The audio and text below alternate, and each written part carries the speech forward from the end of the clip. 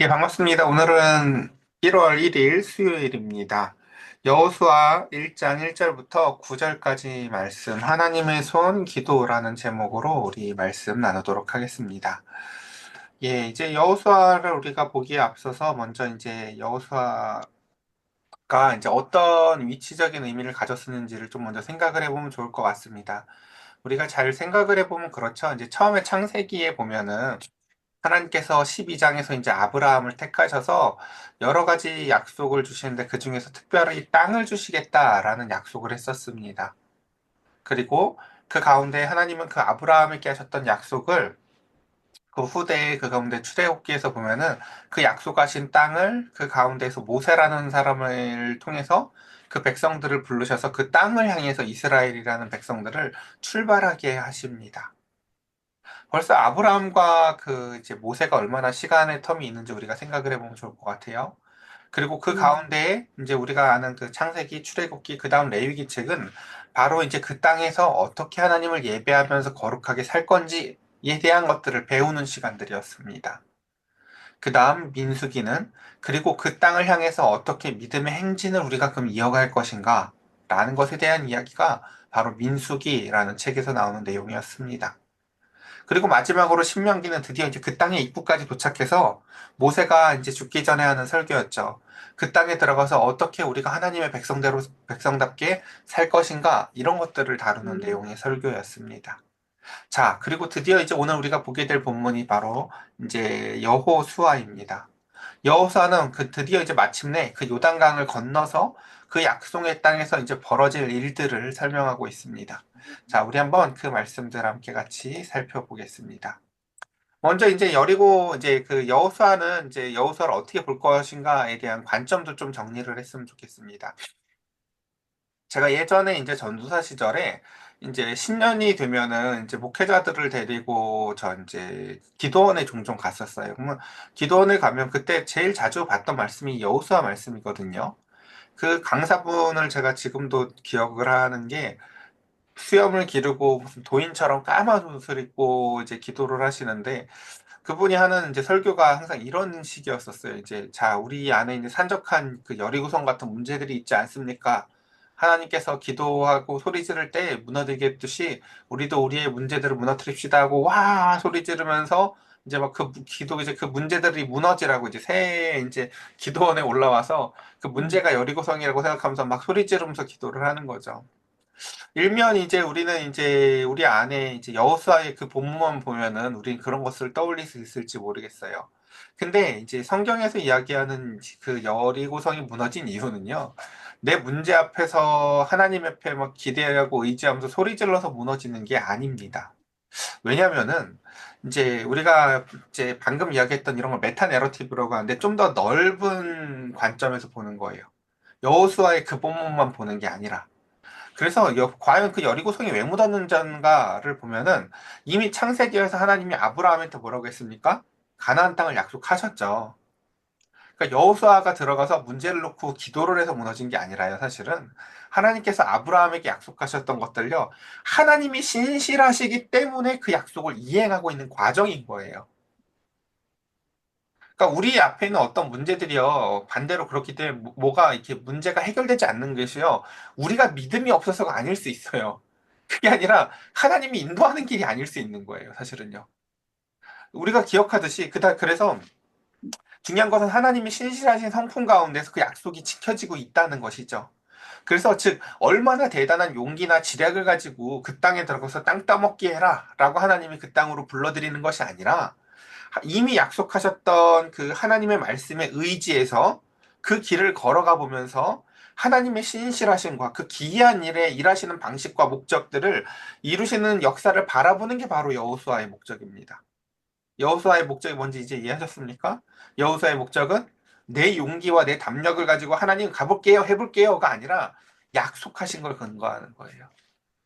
우리 모르지만 하나님이 이 땅을 약속하셨지 않았냐. 우리 가보자. 라는 것이죠.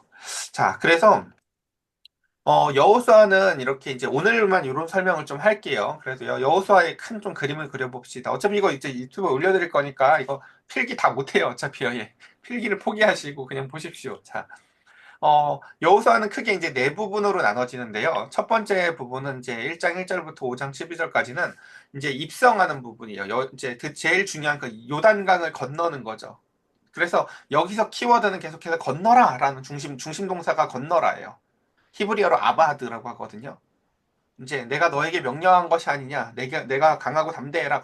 그리고 그 가운데서 그 요단을 건너라. 라고 하면서 건너라가 키워드예요. 그리고 이 앞에서 여기선 계속해서 발언권의 주도권이 바로 하나님에게 있습니다. 그리고 두 번째, 드디어 이제 그곳에 입성을 하고 나서부터는 정복을 해 나가갑니다. 그 이스라엘이란 땅이 이렇게 있다면은 그게 에덴 동산과 같다고 제가 늘 말씀을 드렸어요. 그래서 이스라엘을 중심으로 동쪽 문으로 쫓겨났듯이 그들은 다시금 요단강을 건너서 동쪽 문으로 진입을 하게 됩니다. 그래서 그 가운데서 중부 지역을 먼저 그 이제 점령하고 그다음 남부 지역, 제일 마지막에 북부 지역을 이제 취하게 되면서 여기서 중심 동사는 취하라입니다. 하나님께서 너 건너라 명령하시고요. 그다음 이제 그다음엔 너 이곳들을 취해라라고 명령해요. 음, 그리고 드디어 이제 13장에 가면요. 이제 길갈과 실로에서 이제 모든 것들을 다 얻고 나서 그다음 핵심 키워드는 뭐냐면은 그 모든 것들을 나누어라라고 명령하십니다. 건너라, 음, 취해라, 그리고 나누어라 명령하세요. 그리고 그 제일 마지막에 드디어 이제 그 발언의 주도권이 여호수아에게 오는데 이제 이 모든 일들을 다 이룬 후에 이제 여호수아도 이제 또 나이가 늙어요. 그리고 이제 때가 되죠. 그리고 그때 이제 드디어 세겜이라는 장소에서 언약을 갱신하시면서 그 가운데서 키워드가 바로 섬겨라라는 것입니다. 여기서 섬기라라는 히브리어가 바로 히브리어로 이제 아바르예요. 그러니까 요걸 좀 제가 천천히 설명해 볼게요. 그러니까 제일 처음에 하나님께서 이 땅을 들어가라라고 하면서 뭐라고 했다고요? 아바드 해라라고 했어요. 건너라. 그러니까 지금 이 음, 약속의 땅을 건너 들어가야 하던 이유가 뭔지 아시겠어요? 그러니까 이런 걸 이제 언어 유희라고 하는데, 그러니까 제일 첫 번째 그 이제 그 여호수아의 시작의 키워드가 아바드였다면 제일 마지막에 키워드가 아바르예요. 이런 거를 의도적으로 이렇게 쓰는 거거든요. 이거 여러 번 제가 설명했지만 한 번 더 설명할게요.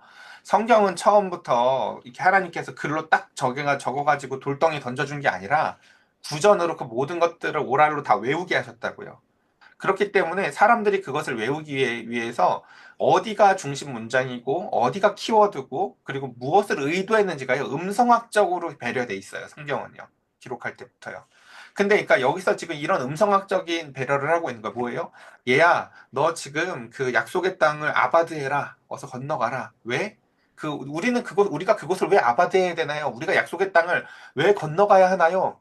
하나님을 아바를 하기 위해서야. 라는 게 여호수아가 우리한테 해주고 싶은 얘기예요. 여러분, 우리가 약속의 땅을 건너야 되는 이유가 뭐라고요? 하나님을 섬기기 위해서예요. 예. 그래서 제일 마지막에 이 여호수아가 마지막 설교 가운데서 자신이 주도권을 가져오고 자신이 그 백성들에게 하는 가장 중요한 핵심 이야기가 뭐라고요? 우리 하나님을 섬기자는 거예요. 그러니까 여러분 천국 가서 이제 이런 착각을 하는 사람들이 있을까 봐 제가 얘기를 하는 거예요. 내가 이 땅에서 죽도록 고생했으니까 천국 가면 얼마나 큰 보상이 있을까 하고 올라가면요. 이게 이상하다라고 느낄 수 있어요. 강렬하게 사실 지금 여호수아는 얘기해주고 싶은 거예요. 우리가 마지막 날에 그 땅에 들어가서 할 가장 큰 소망이 뭐라고요? 하나님 섬기고 싶은 거예요. 하나님 섬기고 싶은 거. 우리 사모가 예를 들어서 저 제일 좋아하는 연예인 예를 들어서 성시경을 만난다고 쳐보세요. 그 제일 뭐 하고 싶을까요? 그렇죠? 아마 섬기고 싶지 않겠습니까? 예, 그런 것들처럼 그 가운데서 하나님을 만나서 그 가운데서 제일 하고 싶은 것이 바로 그 섬김이라는 것입니다. 자, 이제 한 가지 이야기만 더 해볼게요. 이거 적을 생각 하지도 마세요. 그냥 눈으로만 보세요. 그러니까 여기서 이제 또 하나 중요한 게 뭐냐면요. 그래서 여러분들이 여호수아를 읽다 보면 좀 감이 좋으신 분들은 이런 느낌을 받을 거예요. 이상하다. 이게 인물만 바뀌었지 모세인데? 라는 느낌을 받을 거예요. 그게 맞아요. 제대로 읽은 거예요. 왜냐면은 모세에게 일어나는 일들이요. 여호수아에게 똑같이 일어나요. 그럼 여기서 이제 중요한 게 여러분 그러니까 뭔지 혹시 아시겠어요? 그러니까 앞에 잘 생각을 해보세요. 모세라는 사람이 이제 여호수아 입장에서는 그렇거든요. 그 가나안 땅을 앞두고 그 달코달코 그 능력 많은 모세가 덜컥 죽었잖아요. 그렇죠? 그리고 저 많은 사람들이 내 말을 들을지 안 들을지도 모르겠어요. 모세도 그렇게 모 목사님도 그렇게 속 끓었다고요. 저 인간들 때문에. 근데 그 모세 목사의 그 비서실장 같았던 여호수아 말을 누가 들을까 싶기도 하고요. 그리고 모 목사님처럼 신실한 사람도 그 가운데에서 이제 그렇게 힘들어 했었는데 내가 이 사람들을 데리고 이 땅에 들어가서 뭘 할까 싶어요, 사실은요. 모 목사님은 이 땅에 살아봤잖아요, 차라리요. 그 땅이요. 그쵸? 미디안 광야에 살아봤지만 여호수아는 이 땅에 살아본 것도 아니거든요. 그래서 굉장히 큰 패닉에 빠져요. 두렵고 떨리다고요. 여러분들이 한 번도 안 가본 땅에 안 집사님 빨리 우리 집 인도해 주세요 라고 하면 그쵸? 우리 갑자기 호주 간 우리 그 희수는 검색이라도 해볼 수 있고 거기에 뭐 아는 사람들이라도 이제 뭐 이렇게 미리미리 사귀고 이렇게 해볼 수도 있겠지만 여호수아는 그런 게 아니었거든요. 자, 근데 중요한 것은 무엇이냐면은 그 가운데에서 모세나 그러니까 여호수아 입장에서는요, 모세는 가능하지만 자기는 안 가능해 보여요. 모든 것들이요. 그건 모세나 가능했던 거지 난 안 가능해 보여라고 보이는데 여기서 중요한 것들은 여호수아가 모세가 했던 일들을 그대로 반복하면서 하나님이 보여주는 게 뭔지 아시겠습니까? 지금 보세요. 뭐 신발을 벗는 거, 유월절을 준수하는 거, 물을 건너는 거 이게 지금 이제 공통점이라고 기재해 놨지만 여러분 모세하고 여호수아의 가장 큰 공통점은요. 사실 여기 왼쪽에 적혀 있는 이것들이 아니라 아래에 있는 뭐라고요? 하나님이 그와 함께 하셨다는 거예요.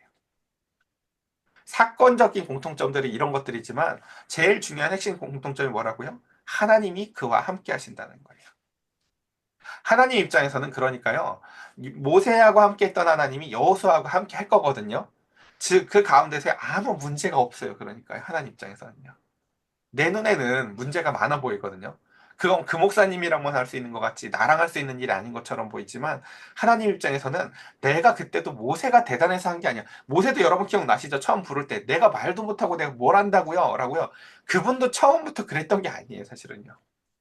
그래서 그 가운데서 이게 그 사람은 참 뛰어나니까 그런 커다란 일을 하는 거고. 그러니까 예전에 제가 참 이상한 설교를 많이 들었는데 아브라함이 뭐 이렇게 자녀를 바치고 하는 대단한 일들은 그거는 믿음이 큰 사람이니까 그런 일을 시키는 거고 우리한테 그런 일 안 시킨다 하면서 이렇게 뭔가 아브라함이라는 사람의 믿음은 크고 우리의 믿음은 작고 이런 식으로 예전에 이제 설교하는 걸 저도 들은 적이 있었는데 그런 게 아니라는 걸 보여주는 거예요, 사실요.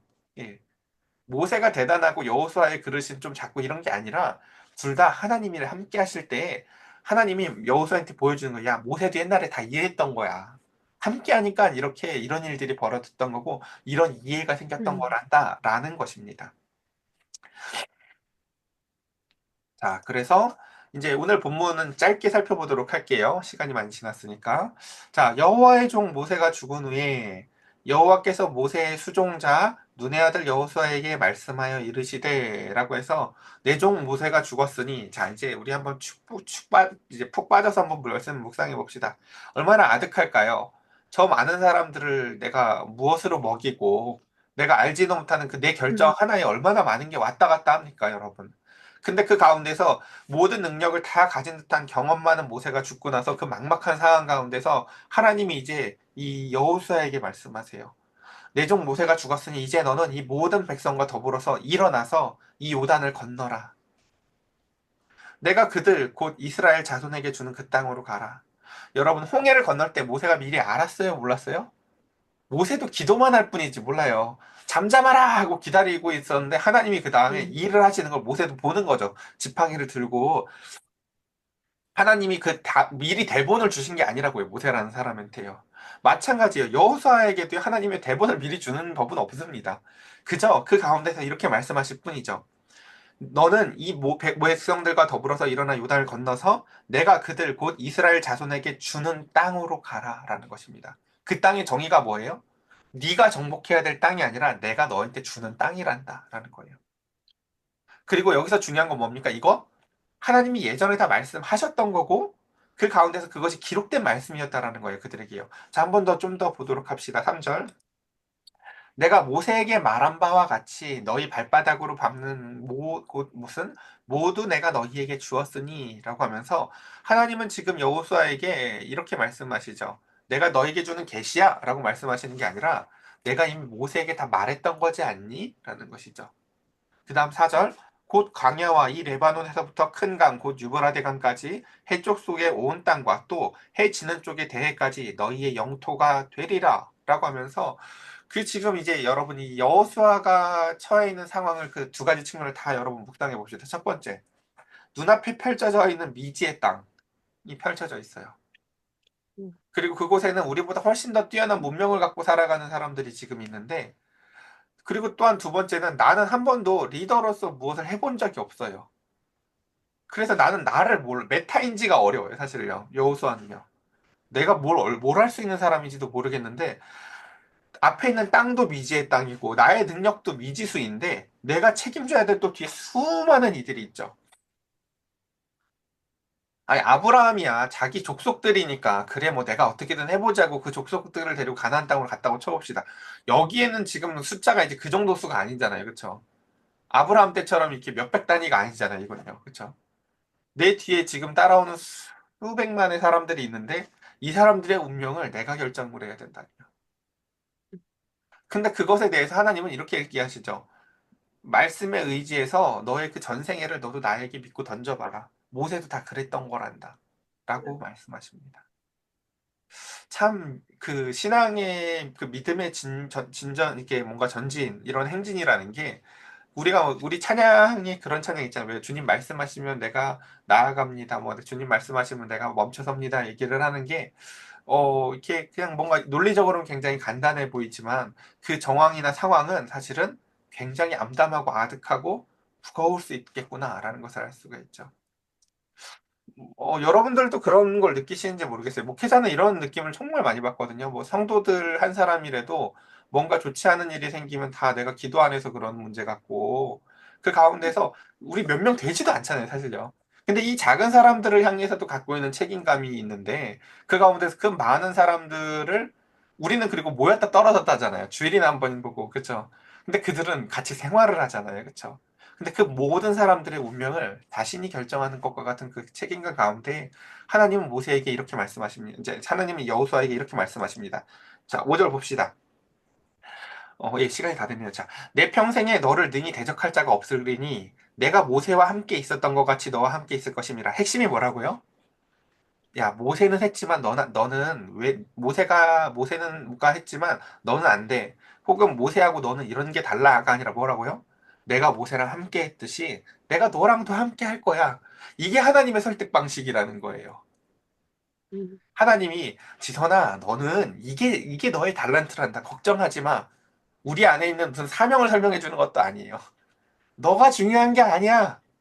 내가 할 거라니까? 모세가 대단했던 게 아니야. 내가 그와 함께 했듯이 너랑도 함께 할 거야. 라는 거죠. 그래서 하나님이 애초에 모세를 부를 때도 똑같은 방식을 차용했어요. 뭐라고 얘기했어요? 내가 누군지 아니? 너한테 설명하기가 좀 어려운데 나는 아브라함의 하나님이었고, 이삭한테도 그 똑같았던 하나님이었고, 야곱한테도 똑같은 하나님이었거든? 너 그 말씀 봤지? 내가 너랑도 그와 똑같은 방식으로 역사할 거야. 라고 설명하신다는 거죠. 자, 여러분에게도 똑같을 거예요. 우리가 그러니까 왜 묵상을 하는지 아시겠어요? 하나님이 지금 여호수아에게 역사하셨던 방식과 똑같이 우리에게도 역사하실 것이 때문입니다. 하나님은 이렇게 말씀하세요. 그래서 내가 너를 떠나지 아니하며 버리지 아니하리니 그러니까 강하고 담대해라. 그러니까 강하고 담대해라라는 말이 우리 너무 좋죠, 막 그쵸? 근데 말씀의 이면을 보라고 이 말을 왜 할까요? 너무 막막하고 두려운 상황이라니까요. 너무 막막하고 두려워요. 우리는 막 그 가정 경제에서 그 카드값 날 다가왔을 때 카드값만 이렇게 아득해도 힘들잖아요. 그쵸? 이게 뭔 말이에요. 그쵸? 가정 경제에 그 한 달 한 달 그거 돈 조금 모자라도 그것도 막막하다고 하고 울면서 기도하는데 이건 그런 단위의 차원의 이야기가 아니잖아요. 그쵸? 저 모든 사람들의 운명이 알지도 못하는 내가 이것을 쥐어도 되나 싶잖아요. 그쵸? 근데 그것에 대해서 하나님은 강하고 담대해라. 너는 내가 그들의 조상에게 맹세하여 그들에게 주리라 한 땅을 계속 근거가 뭐예요? 내가 말했었잖아. 내가 약속했었잖아. 라는 거예요. 이 백성에게 차지하게 하리라. 라는 것입니다. 즉, 모세의 수행자였던 모세 이제 우리 아까 본문에는 수종자라고 돼 있죠. 어쨌든 모세를 모세의 수행 비서와 같았었던 그 여호수아를 하나님은 이제 뭐라고 얘기합니까? 너는 그 내가 약속했던 그 약속의 대행자이자 수행자란다라고 말씀하신다는 것입니다. 이 어마어마한 영광 아닙니까?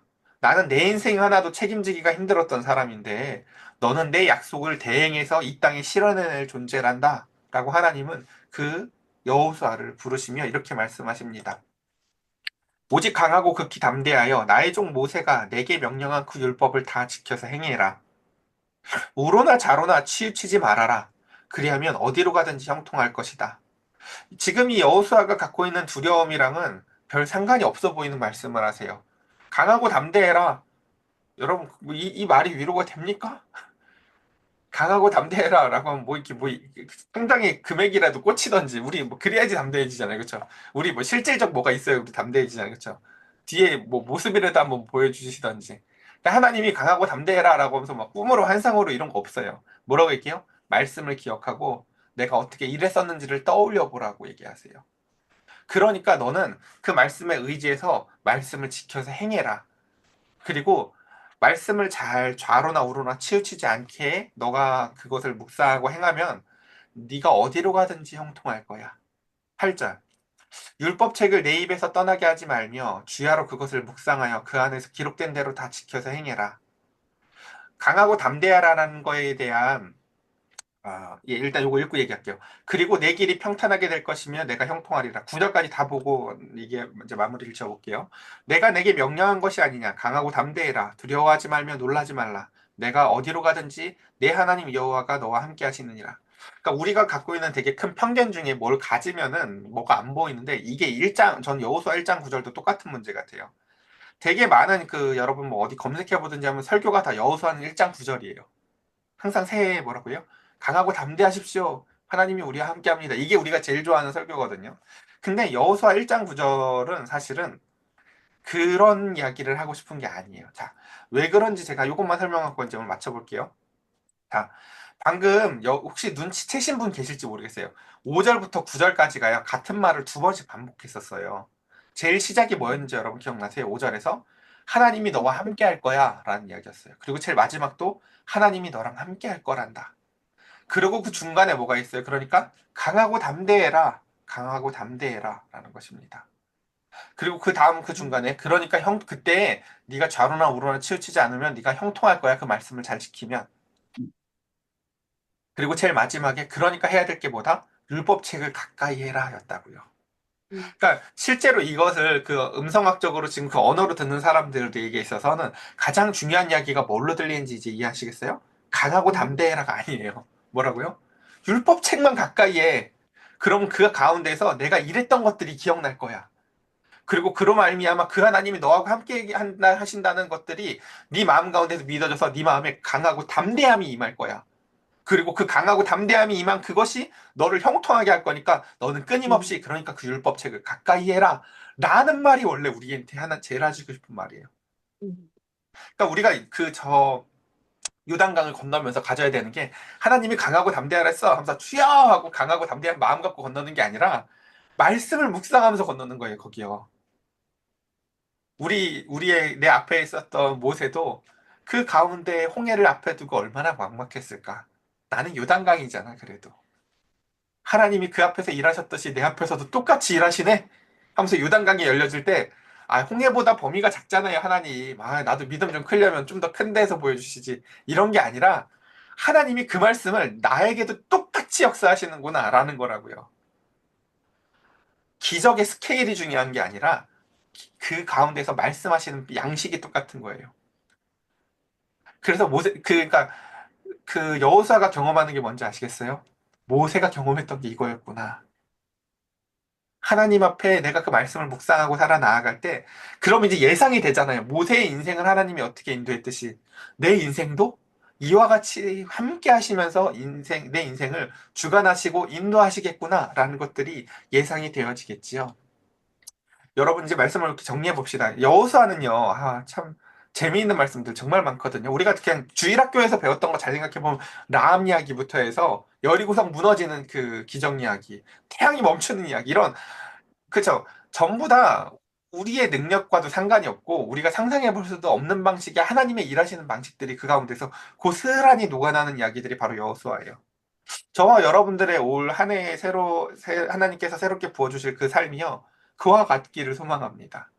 우리가 상상해 볼 수도 없는 예기치 못한 여행 가운데서 만난 더 큰 예기치 못한 은혜들이 우리 지금 먼 타국 땅에 있는 우리 희수로부터 해서 우리 진석이로부터 해서 어, 여러분들의 한 사람 한 사람 가정 가운데 이제 이 여호수아를 묵상하는 모든 가정 가운데 하나님, 여호수아에게 함께 하셨던 하나님, 아브라함과 이삭과 야곱과 함께 하셨던 하나님, 저도 이 말씀의 율법을 묵상하면서 하나님의 함께 하심을 경험하면서 살길 올해는 원합니다.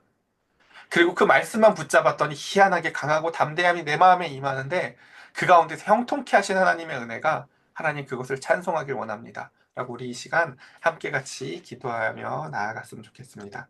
우리 이 시간 함께 같이 기도할까요? 지금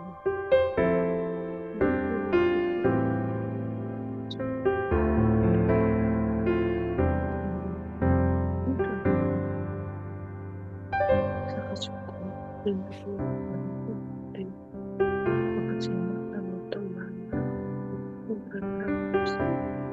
하나님께 어떻게 기도했는지 이루지 않으면 그런 것까지 들고 들립니다. 하나님께 매달려서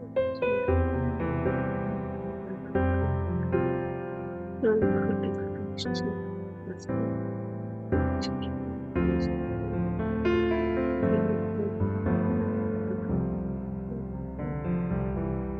그렇죠. 아버지한테는 아버지가 아버지의 그 시절 딸을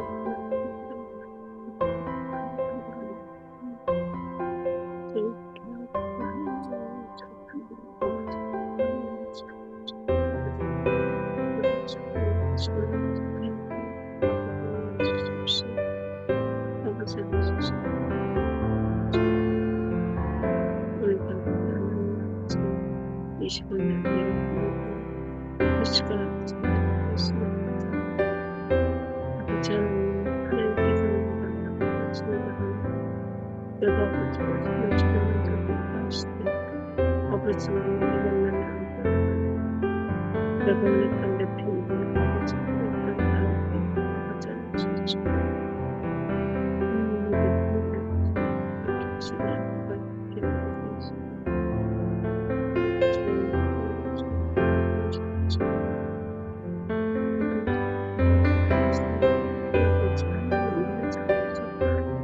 성도들을 살릴 수 있는 그런 마음이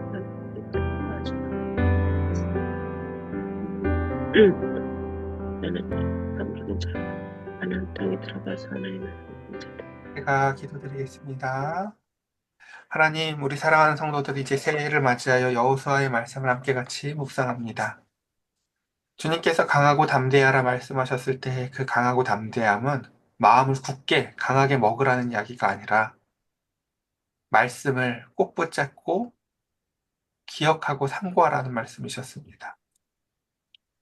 내가 말씀을 붙잡고 상고해 보니 하나님은 그 나그네 되었던 아브라함과 함께 하셨고 이삭 야곱과 함께 하셨고 한참 세월이 지나 모세를 불러 일으키셨고 이제는 그 백성들이 그 요단강 앞에 나와 함께 있음을 보며 두렵고 떨리지만 이 모든 것이 내 능력에 의해서 맡기시는 일이 아니라 하나님이 약속을 이루시는 수단 가운데 내가 잠시 쓰임받는 존재라는 것을 여호수아는 깨닫습니다.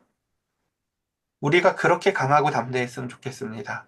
내가 강한 존재가 아니라 하나님이 신실하신 분이기 때문에 그래서 강하고 담대함은 내 마음에서 나오는 원천이 아니라 말씀의 원천이 있음을 이 시간 기억하게 하여 주시사 하나님이 이렇게 약속을 지키시는 분이셨고 그 하나님이 나를 붙잡고 계시며 약속을 이행하시어 나가실 분이시니 주님 두렵고 떨림 없이 하나님의 말씀을 의지하고 기대하며 그 길을 조심스레 걸어 나아갈 수 있기를 주님 원합니다. 우리의 올 2025년 새해가 그와 같았으면 좋겠습니다. 우린 알지 못하지만 하나님의 손을 붙잡고 말씀을 기억하며 그 가운데서 말씀을 붙잡고 기도하는 그 기도가 하나님과 손 붙잡고 있는 능력의 손이 되길 원합니다.